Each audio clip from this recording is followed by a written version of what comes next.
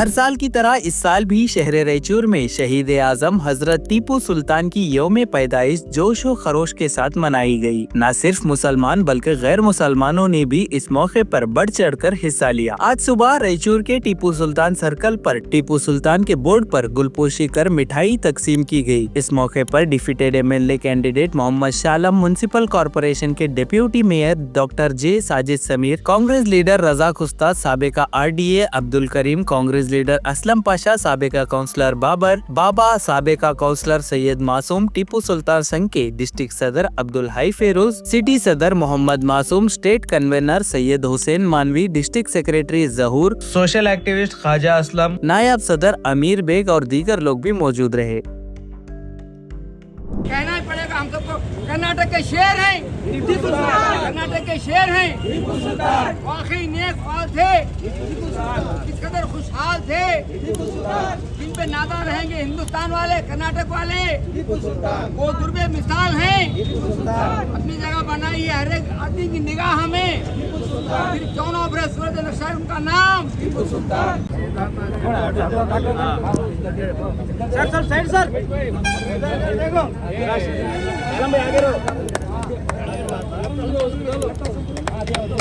मारो भाई।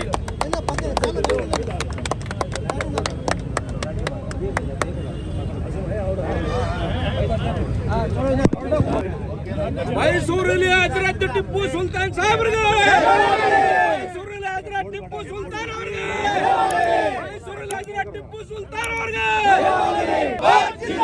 मैसूरुली ಟಿಪ್ಪು ಸುಲ್ತಾನ್ ಜಿಂದಾಬಾದ್ ಜಿಂದಾಬಾದ್ ಜಿಂದಾಬಾದ್, ಟಿಪ್ಪು ಸುಲ್ತಾನ್ ಜಯಂತ್ಯೋತ್ಸವಕ್ಕೆ ಜಯವಾಗಲಿ ಜಯವಾಗಲಿ ಜಯವಾಗಲಿ, ಜಿಂದಾಬಾದ್ ಟಿಪ್ಪು ಸುಲ್ತಾನ್ ಜಿಂದಾಬಾದ್ ಜಿಂದಾಬಾದ್ ಜಿಂದಾಬಾದ್, ಟಿಪ್ಪು सुल्तान जिंदाबाद। थोड़ा ऐसा आप पीछे आओ ना, मीडिया वालों की लो भाई ये लो। अरे हटो जी बीच में।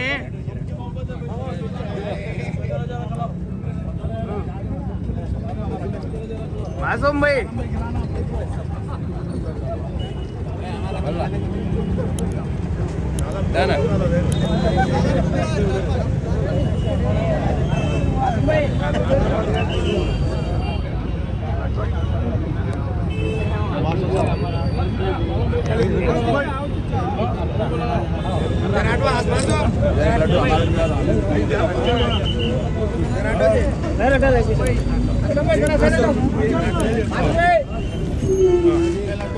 ले लो भैया के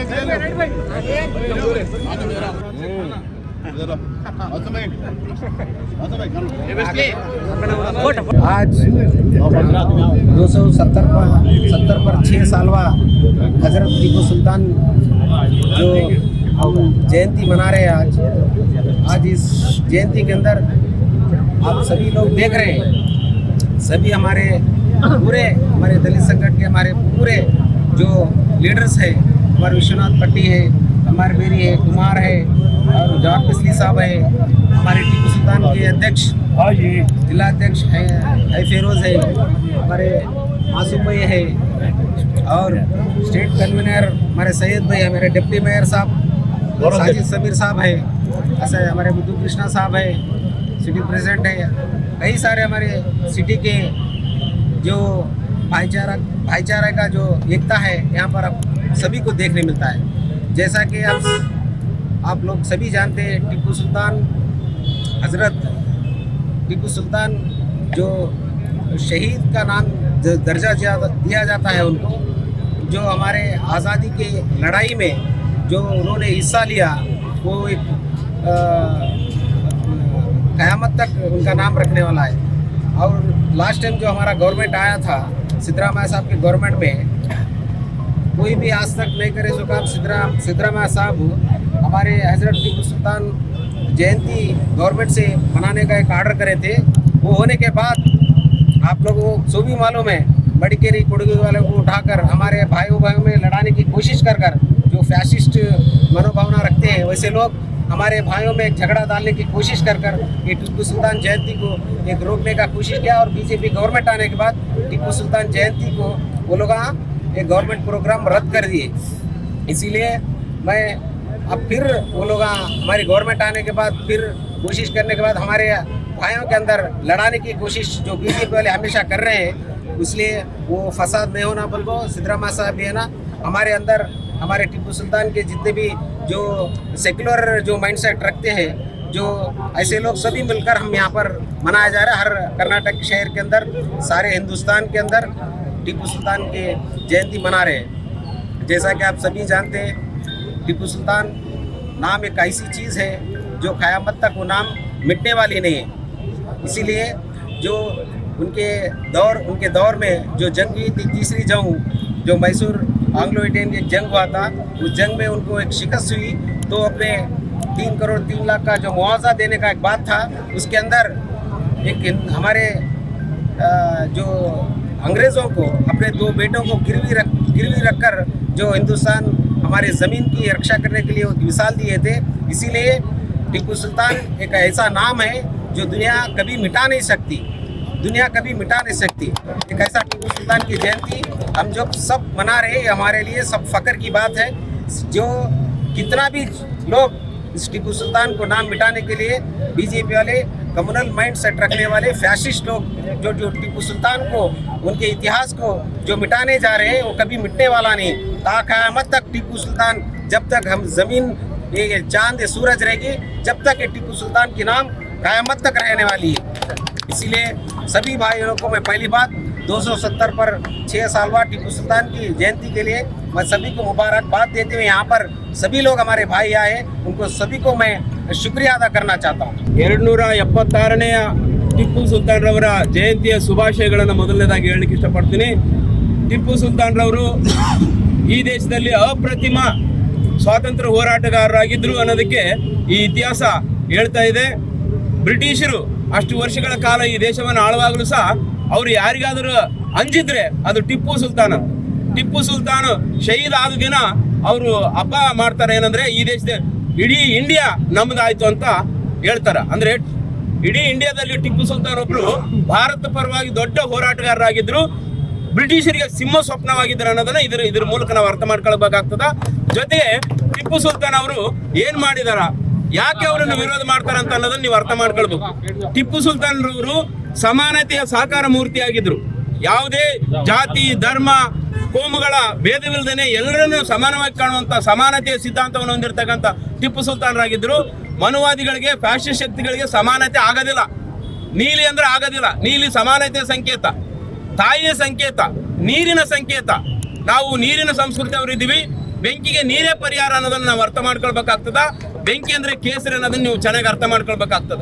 ಹಾಗಾಗಿ ಬಂಧುಗಳೇ, ಟಿಪ್ಪು ಸುಲ್ತಾನ್ ಅವ್ರು ಏನ್ ಮಾಡಿದ್ದಾರೆ ಈ ದೇಶಕ್ಕೆ ಅಂದ್ರೆ, ದಲಿತರಿಗೆ ಭೂಮಿಯ ಉಳುವಂತ ಹಕ್ಕಿರ್ಲಾರ್ದಷ್ಟೀಗ ದಲಿತರಿಗೆ ಭೂಮಿ ಕೊಡುವಂತ ಕೆಲಸ ಮಾಡಿದ್ದಾರೆ.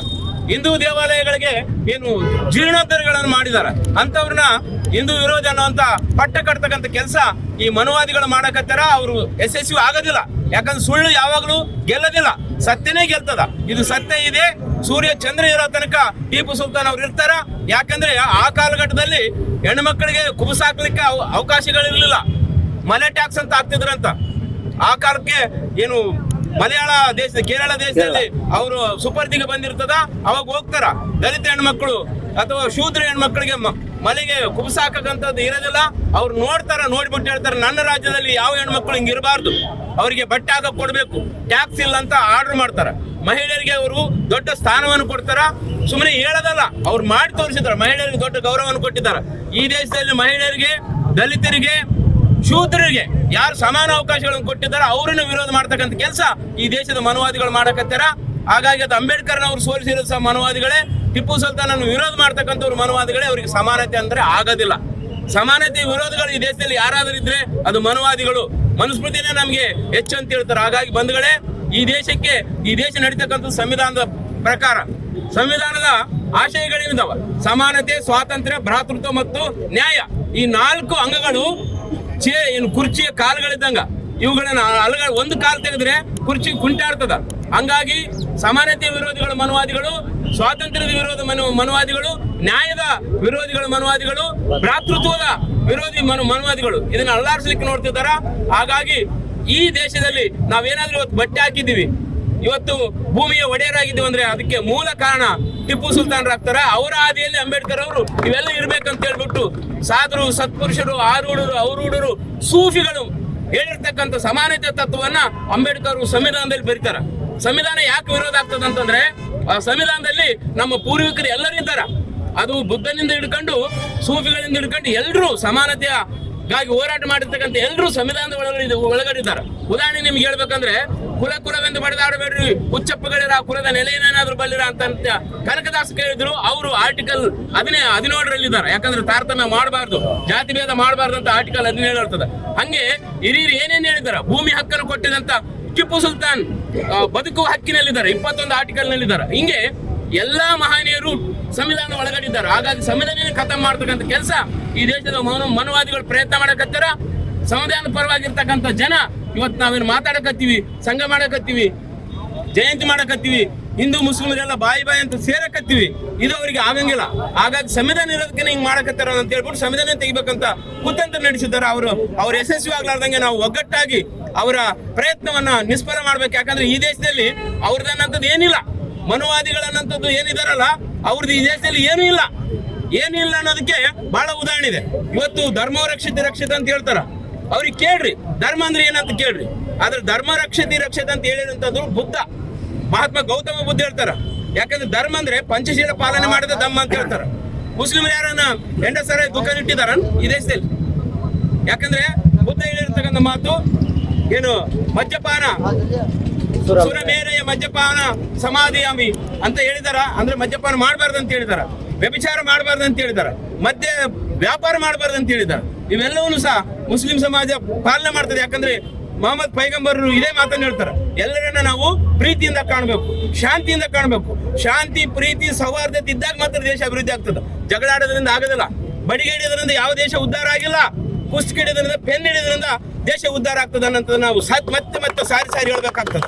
ಹಾಗಾಗಿ ಬಂಧುಗಳೇ, ಟಿಪ್ಪು ಸುಲ್ತಾನ್ ಅವರು ಬರೇ ಒಂದು ಕೋಮಿನ ನಾಯಕರಲ್ಲ, ಈ ದೇಶದ ನಾಯಕರು, ಈ ದೇಶಕ್ಕಾಗಿ ಹೋರಾಟ ಮಾಡಿರ್ತಕ್ಕಂಥ ನಾಯಕರು, ಈ ದೇಶದ ಸ್ವಾತಂತ್ರ್ಯಕ್ಕಾಗಿ ತನ್ನ 2 ಮಕ್ಕಳನ್ನ ದತ್ತು ಗಿರಿಬಿಟ್ಟಿರ್ತಕ್ಕಂಥ ಮಹಾನ್ ತ್ಯಾಗಿ ಟಿಪ್ಪು ಸುಲ್ತಾನ್ ಅವರು. ಹಾಗಾಗಿ ಟಿಪ್ಪು ಸುಲ್ತಾನ್ ಅವ್ರ ಜಯಂತಿಯನ್ನ ನಾವು ಆಚರಣೆ ಮಾಡಬೇಕು. ಜೊತೆಗೆ ಬಂಧುಗಳಲ್ಲಿ ನಾವು ವಿನಂತಿ ಮಾಡ್ಕೊಳ್ತೀವಿ, ನಾವು ದಲಿತ ಸಂಘಟನೆಗಳು, ಪ್ರಗತಿಪರ ಸಂಘಟನೆಗಳು ಏನಿದ್ದೀವಿ, ಟಿಪ್ಪು ಸುಲ್ತಾನನ ಮೂರ್ತಿಯನ್ನ ಮಾಡ್ಬೇಕನ್ನೋದು ನಮ್ ಬೇಡಿಕೆ ಇದೆ. ನಿಮ್ಗೆ ಕೆಲವೊಬ್ರಿಗೆ ಒಪ್ಪೋದು, ಆದ್ರೆ ನಾವು ಮಾತ್ರ ಆ ಟಿಪ್ಪು ಸುಲ್ತಾನ್ ಇಲ್ಲಿ ಏನು ಮೂರ್ತಿ ಇದೆ ಇಲ್ಲಿ ಕೂಡಿಸ್ಬೇಕು, ಅವರನ್ನ ನಾವು ಕಾಣಬೇಕು. ಯಾಕಂದ್ರೆ ಟಿಪ್ಪು ಸುಲ್ತಾನ್ ನೋಡಿದಾಗ ನಮ್ಗೆ ಒಂದು ವಿಚಾರ ಬರ್ತದ, ಸಮಾನತೆ ಬರ್ತದ, ಶಾಂತಿ ಬರ್ತದ, ಪ್ರೀತಿ ಬರ್ತದ, ಸೌಹಾರ್ದತೆ ಬರ್ತದ. ಹಾಗಾಗಿ ಅವರ ಮೂರ್ತಿಯನ್ನು ಮಾಡ್ಲಿಕ್ಕೆ ನಾವು ನಗರಸಭೆಗೆ ಅರ್ಜಿಯನ್ನು ಕೊಡ್ತೀವಿ, ಮನವಿ ಮಾಡ್ತೀವಿ. ಅದು ಎಲ್ಲರೂ ಸೇರಿ ಮಾಡೋಣ ಅಂತ ನಾನು ಹೇಳ್ತೀನಿ. ಖಂಡಿತ ಟಿಪ್ಪು ಸುಲ್ತಾನ್ ಈ ದೇಶದಲ್ಲಿ, ಪ್ರಪಂಚದಲ್ಲಿ ಅವ್ರು ಇರ್ತಾರ. ಸೂರ್ಯ ಚಂದ್ರ ಈ ಭೂಮಿ ಇರೋ ತನಕ ಇರ್ತಾರ, ಮನುಷ್ಯ ಕುಲ ಇರೋ ತನಕ ಇರ್ತಾರ. ಯಾರು ಅವ್ರು ನಮ್ಮ ಅಳ್ಸಕ್ಕಾಗದಿಲ್ಲ, ಮಹನೀಯರನ್ನ ಯಾರು ಅಳ್ಸಕ್ಕಾಗದಿಲ್ಲ. ಹಾಗಾಗಿ ಅವ್ರನ್ನ ಹಿಡ್ಕೊಟ್ಟಿರೋರು ಯಾರ್ದೋ ಒಬ್ರು ಹೇಳ್ತಾರ ಮೀರ್ ಸಾದಿಕ್ ಅಂತ ಹೇಳ್ತಾರ. ಆದ್ರೆ ಬಸವಣ್ಣನ ಕೊಲ್ಲಿದವ್ರು ಯಾರು?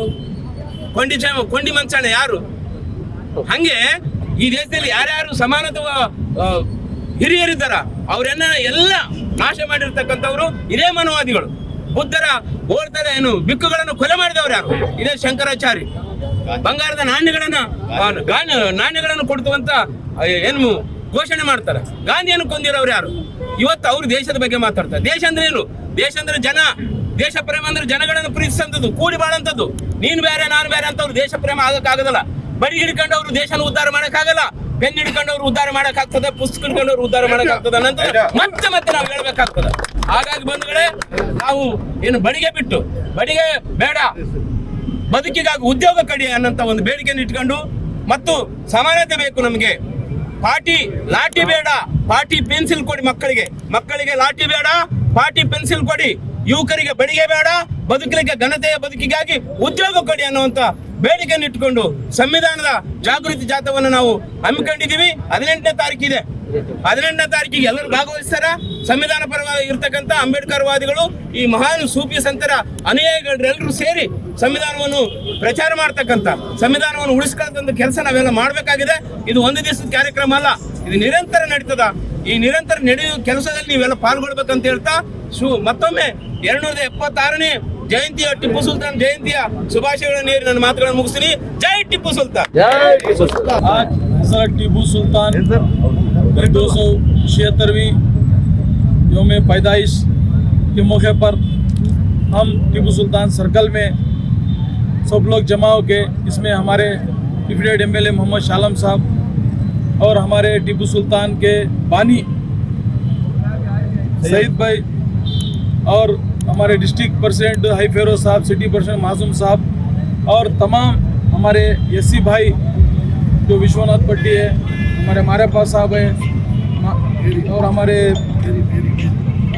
पास साहब कुमार और जो कांग्रेस के और जो दूसरे लीडर्स आए, इसमें हमारे मासूम भाई, हमारे बी रमेश और हमारे असलम पाशा,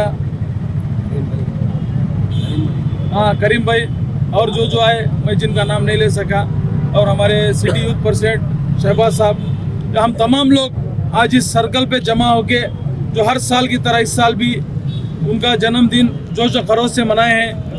हम इंशाअल्लाह हमारे साथ साथ आने वाली नस्ल भी ता क़यामत तक इस जन्मदिन को मनाएगी, क्योंकि टीपू सुल्तान मुसलमान के एक रहनुमा नहीं, हिंदुस्तान के एक मर्द मुजाहिद थे।